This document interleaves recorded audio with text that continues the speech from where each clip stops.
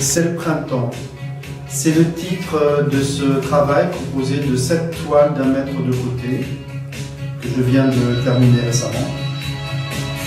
La première toile, on voit un beau bouquet de fleurs fait de gerbera et de roses. Sur la deuxième toile, je fais un zoom et je me rapproche de 2 des fleurs parce que là où je veux en venir, c'est dans le cœur d'une des fleurs, le gerbera orange. Je pars à l'exploration du cœur d'une fleur. Toujours en faisant un mouvement de zoom, j'arrive à la 4e toile qui est la toile centrale, où j'ai agrandi le cœur de la fleur et où apparaît au centre une rosace qui en fait est un mandala. Parce qu'en explorant l'intérieur de la matière, j'arrive dans le monde de la spiritualité.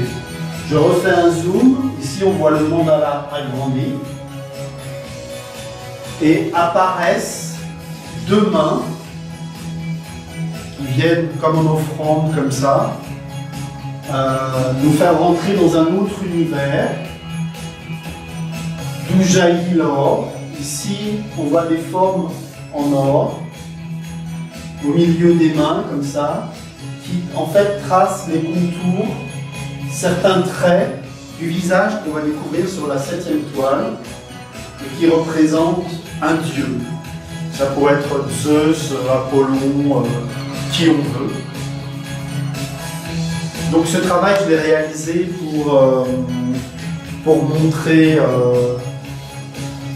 tout ce que j'aime en peinture et ce que je peux faire, de la peinture réaliste, la plus réaliste qui soit, jusqu'à la peinture la plus abstraite qui soit.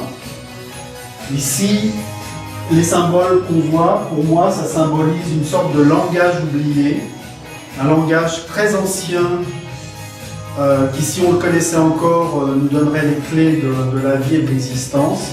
Et à partir de cette toile centrale, cette toile abstraite, on rentre dans le monde de la spiritualité.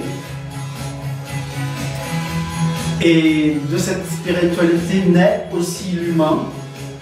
Et les dieux ont créé les humains avec leurs mains qui leur permettent de créer tout ce qu'il y a autour de nous, tout ce qu'on peut fabriquer. Et en fait, l'être humain est l'unique animal, entre guillemets, si on peut dire, qui a cet outil à sa disposition, de donc réaliser tout ce qu'il veut.